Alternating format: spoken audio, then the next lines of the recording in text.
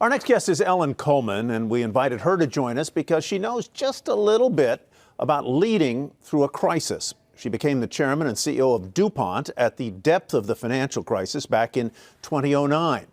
Then she went on to fight and win a battle against a very persistent shareholder activist. And most recently, she became president and CEO of Carbon, a 3D printing startup, just 3 months before the pandemic hit. Please welcome Ellen Kullman. As I do, Ellen, it is great to see you. Thank you for joining us. Great to be here, Tyler. You know, Ellen, I was just thinking, you started at DuPont right at the depth of the financial crisis. You started at Carbon 3 months before the pandemic hit. Will you just let me know when you're about to change jobs and make a big move next time?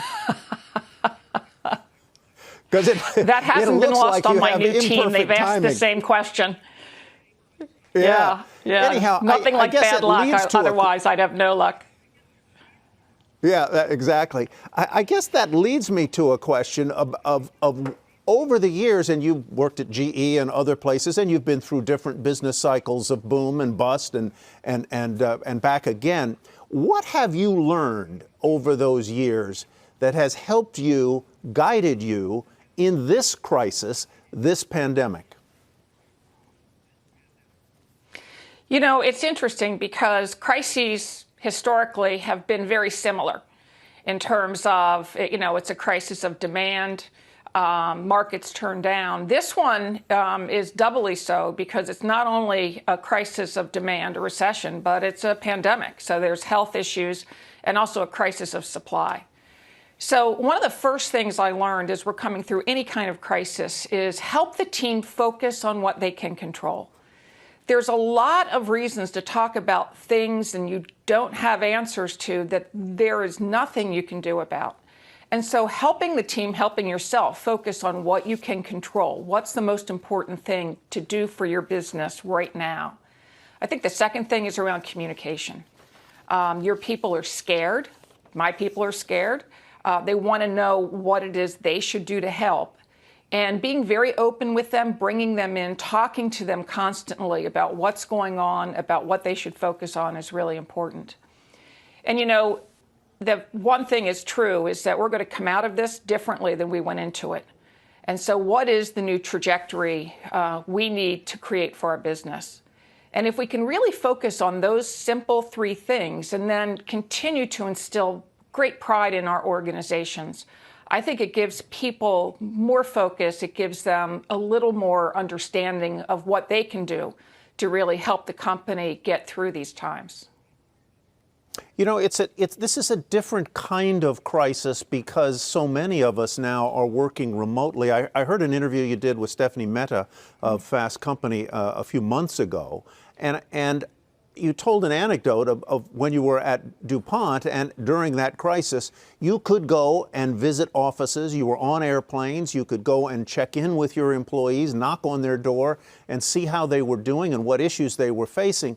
It's very different this time. You can't do that as safely now, if at all. So how do you communicate effectively when the means of communication can't be person to person?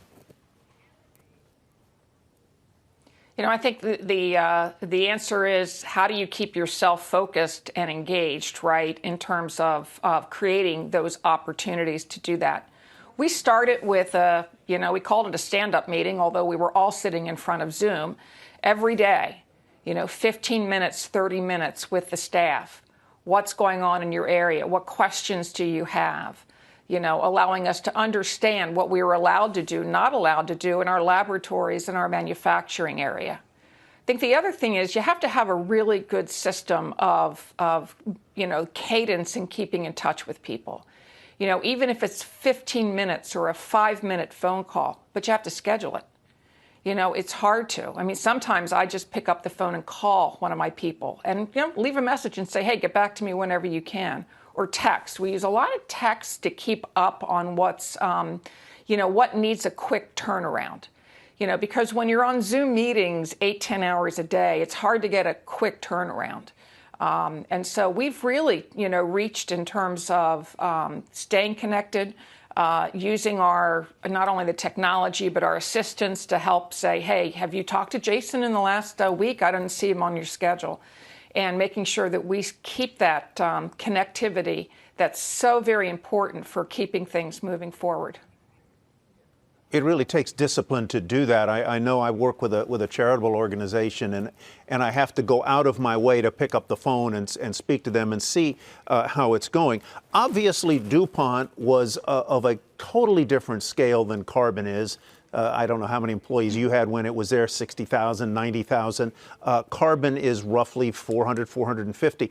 Talk to me about the different challenges of navigating through a crisis at a company of such large and global scale versus one that is smaller. They each would have challenges of their own, I'm sure. Well, they do, and they're kind of different sides of the same coin. The problem with a 60,000 person company is, how do you get to each person? How do you get them to understand what's going on? We can rely on videos back then. We could, do different town halls. If we couldn't fly there, we could do it virtually, type of thing. 400's a little easier. We do a Friday meeting every Friday scheduled for an hour, have topics, have outside speakers. Probably 200-300 can join any Friday. It's a lot easier to keep that cadence going at a 400-person company than it is at a 60,000 person company. But a 60,000 person company has a lot of resources. They have a lot of capability, a lot of depth. And in times of crisis, you really do use that. In a 400-person company, we certainly have a lot of capable people and tremendously creative people. But we have to learn how to reach out and fill in the gaps that we have so that we really don't miss anything as we work our way through this. But, it takes tenacity. It takes proactivity. It's easy to be reactive when somebody sends you a note. You've got to learn how to be very proactive, because you're not going to run into them in the lunchroom. You're not going to run into them getting a cup of coffee. And so that maintaining a cadence of proactivity is very important. I'm very interested, and we're going to pivot a little bit in just a moment, to how you interact with customers beyond your own workforce. But let's spend a little more time on workforce things. How do you, in a crisis like this one, where people are distributed around the country or maybe the world and working from home, how do you manage or observe performance and manage performance the way you need to keep everybody on the same page and moving forward? And as an allied point, how do you tackle the issue of how to onboard people when you may not even get a chance to meet them in person? Right. Well, I think that one of the things that we did this year is we had our annual goals, but certainly many of them have been altered due to the reality of the COVID crisis.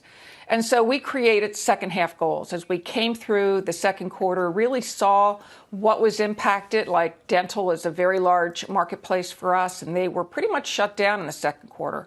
So we recast the second half in terms of what was really important for us to accomplish, not only from a numbers standpoint, but key projects, key deliverables on hardware or software or service, and really kept that in front of the team. And, third quarter turned out better than we thought. I think things are recovering in dental and in other areas. But it really is rewriting the future and really focusing people on what we need to get done this quarter. And in the individual conversations with my people, focusing on that. Hey, we were supposed to get this software out in October. How'd we do? When did we get it out?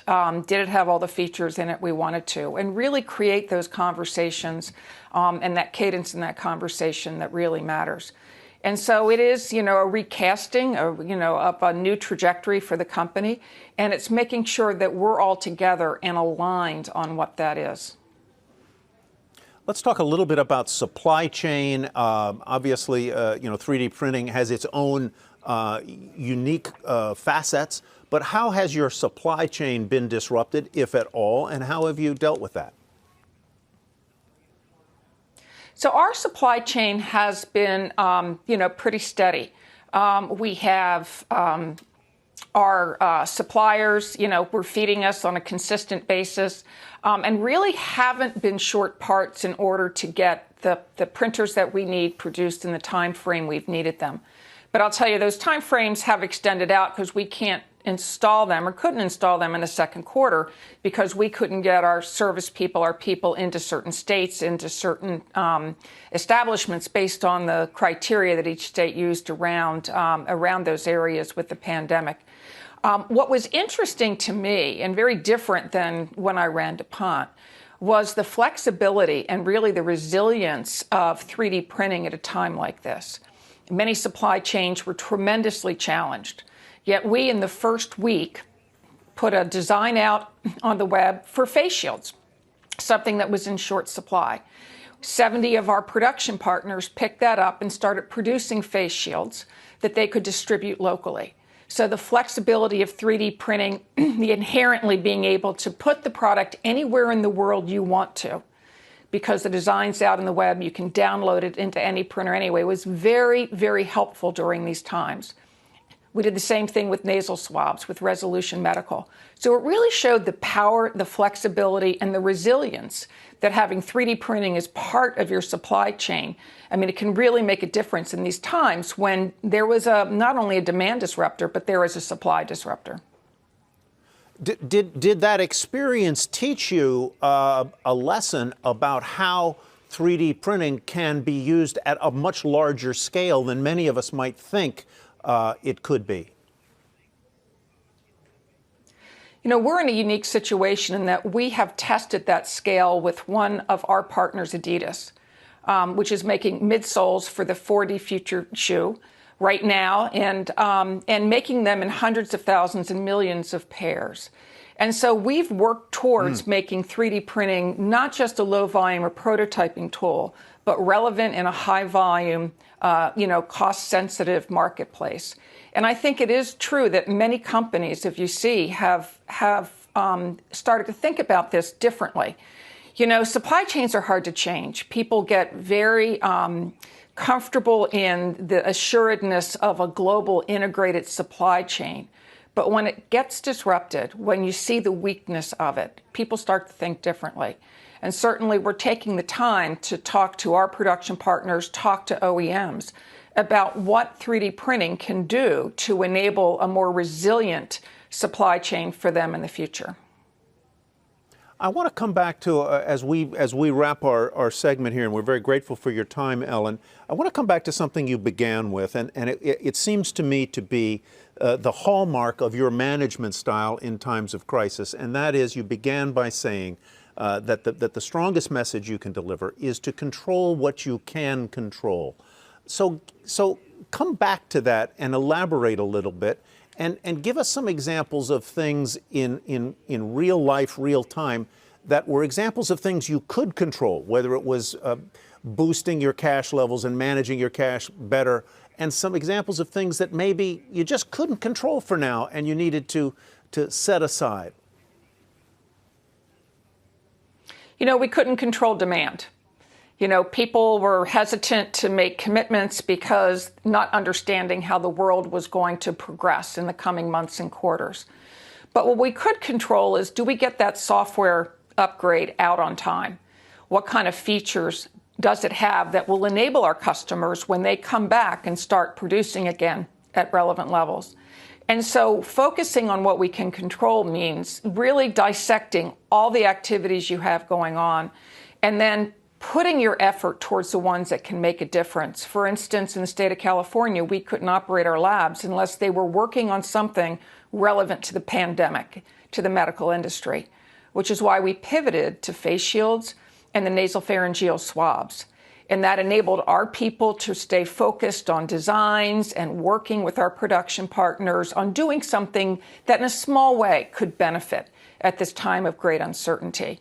And I think it created a lot of wonderful camaraderie among our team and the feeling that we were there to help. We might be small, we might only be 400 people, but we were doing our part to help in this pandemic. And that's tremendous to keep the morale and to keep the organization going. So many times it's small things like keeping a research program going, calling that customer, even though you know they can't give you a different answer on their future that they gave you last week, but just asking them how they are. Is there anything we can do to help? Many times it's the small things like that that keep that connectedness with your suppliers, with your customers, with your people, that makes a big difference on how you come out of any of these crises. And I'll conclude just with one that's out of thin air, Ellen, if you don't mind. How much happier are you to run a small company that's not a big public company? It must be a real intriguing time in your life to do this. I tell you, it's a lot more fun. I know who my shareholders are. Most of them sit around the board table. We have conversations constantly. The pace is just different. There's a connectedness and a closeness and a pace of play. And I don't have the filters that I had when you run a 60,000 person company. It's like, what is getting to you, what's not? Believe me, it all gets to me. And we just have a great team that works together on solving our problems and continuing to drive the company forward. It really is running a business as opposed to running a company, and it's a lot of fun. Ellen, thank you so much for your time and insights today. We appreciate it. Thank you, Tyler. Ellen Kullman is, you bet, Ellen Kullman is the Carbon President and CEO, and we are very grateful to her.